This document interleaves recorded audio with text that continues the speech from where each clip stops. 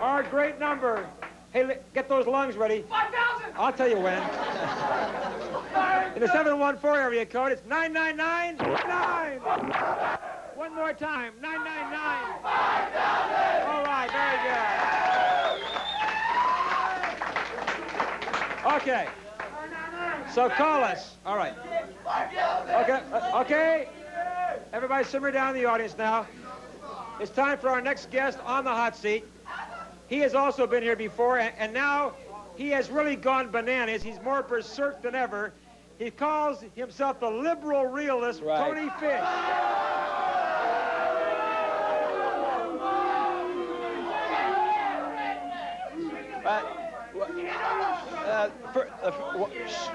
First thing I want to say, Gumby, is I want to thank the San Diego Zoo for supplying your audience tonight.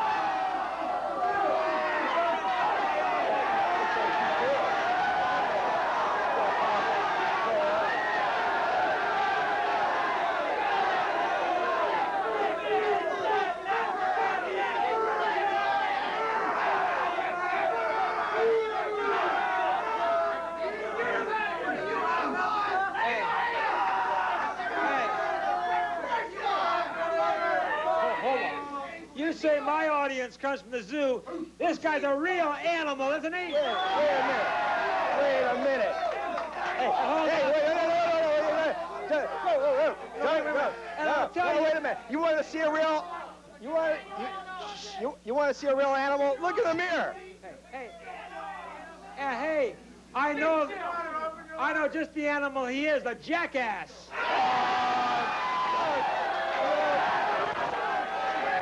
Wait a minute. Wait. No. We're not here to exchange insults. Yeah, that's right. Let's get to debating here. Let's get to debating here, now, pal. You are. Hold it. You must have really. You must have really gone bananas now, Fisch. Yeah, George. Because here we are in terrible, terrible problems with crime and corruption. Criminals running loose. I agree. And I say we should build more jails to house more criminals, and you say we should have less jails. How can you say that? Well, it's very simple. First of all, the wrong people are in prison. Second of all, if our penal system was updated and wasn't antiquated, it would be fine. We'd have rehabilitated people back on the street, community, contributing to society. Wait a minute. And people like you ought to be in prison, if you ask me.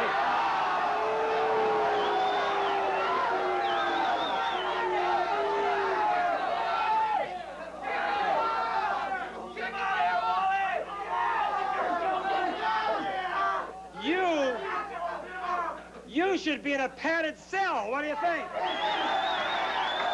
Hold on, Tony. Yeah, Tony, go ahead, Wally. Hold it. I know it's your show. You are saying, Tony. Yeah.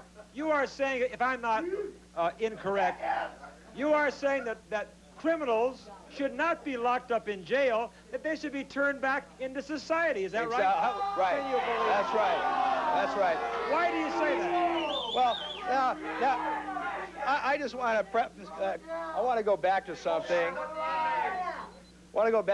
You were mentioning something about with all the crime problems we're having. If your buddy, your favorite governor, George Deukmejian, did his job, we wouldn't have all these drug problems on our borders, and our state would be a lot better off than it is now, and we'd have less people in prison. But you want to. But your philosophy is that you think it's cruel and unusual punishment to put criminals in jail? As well it is with the death penalty. Now, are you trying to tell me,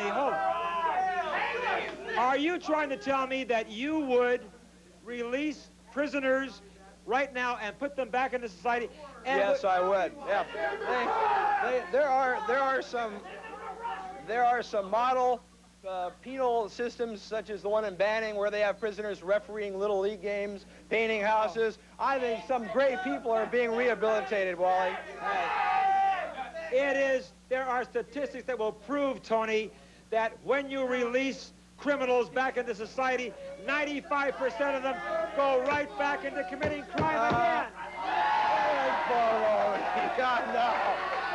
You know, I'll tell you, you just hold on here. If you want to put the proper people in jail, why don't you start with the animals out in the audience? Yeah.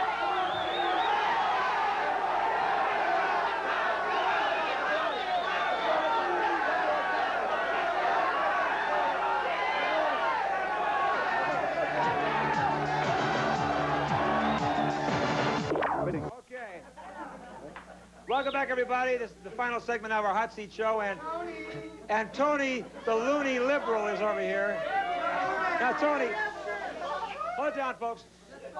We got some things to do here, Tony. Yeah, we do, Wally. Let's now, get to it. You are even saying, Tony, that convicted first-degree murderers should also be let back into society. Can you believe that?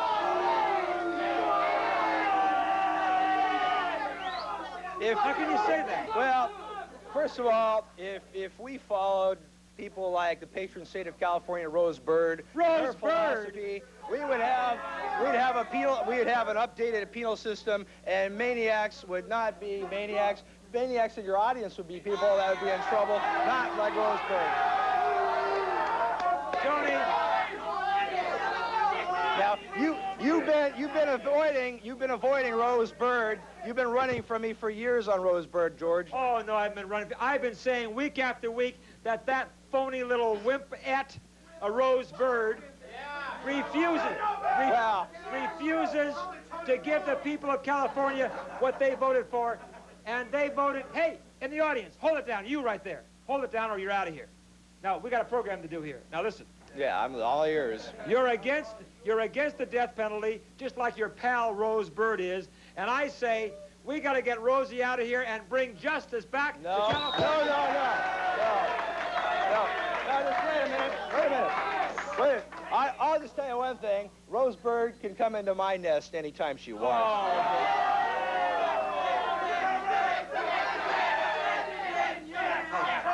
I can't think of anybody that want to be in his nest. What do you think so? How about Tom Bradley? How about Tom Bradley? Just hold on here. You are against the death penalty, right? You're correct, sir. You say that the death penalty for convicted first-degree murderers is cruel, unusual punishment. With maybe a little circumstantial change, but for the most part, you're right. You're against the death penalty for murderers. However, you are in favor of abortion. Oh, yes, I am. Now, that is so... No, just wait a minute. Just wait a minute. No, just wait a minute. Have you ever seen a film of a newborn baby that is addicted to cocaine or heroin? Have you ever seen what that sight looks like? And how can you tell me that abortion is cruel and unusual if mothers are doing that to their children? I'm telling you this, Tony. It is so inconsistent, so much, I can't believe it, that this is such a ridiculous statement that all of you liberals make. Oh, don't categorize me, pal. Who the heck do you think you are?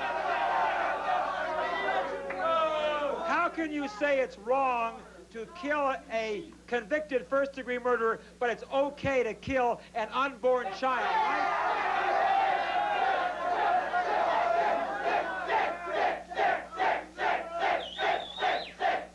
So, I don't have to answer that. Yes, you do. Oh, no, I don't. Hey, you know why? Hey, you know why? Because he doesn't have an answer, isn't that right? Because you know I'm right. Yeah, but you're... What? Answer me this. All right, go ahead.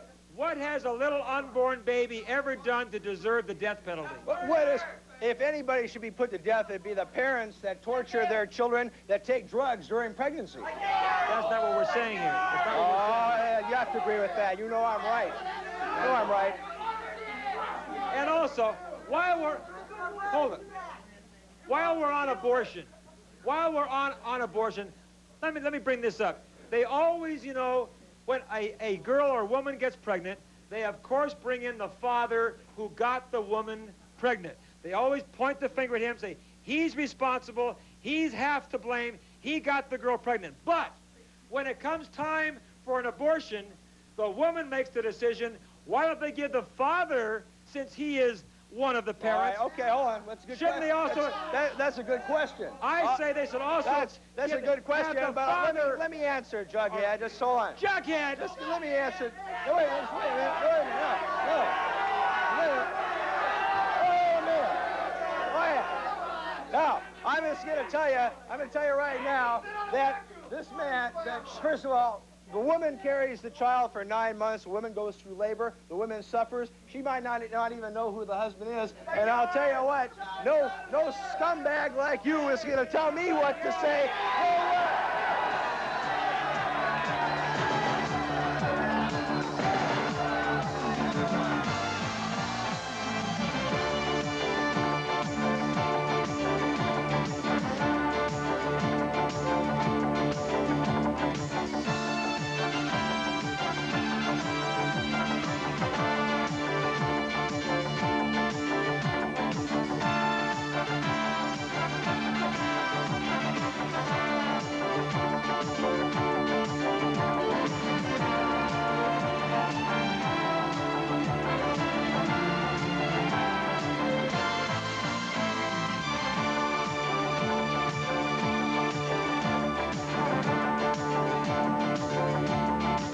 The opinions expressed by Wally George and his guests do not necessarily reflect the views of this station or its sponsors.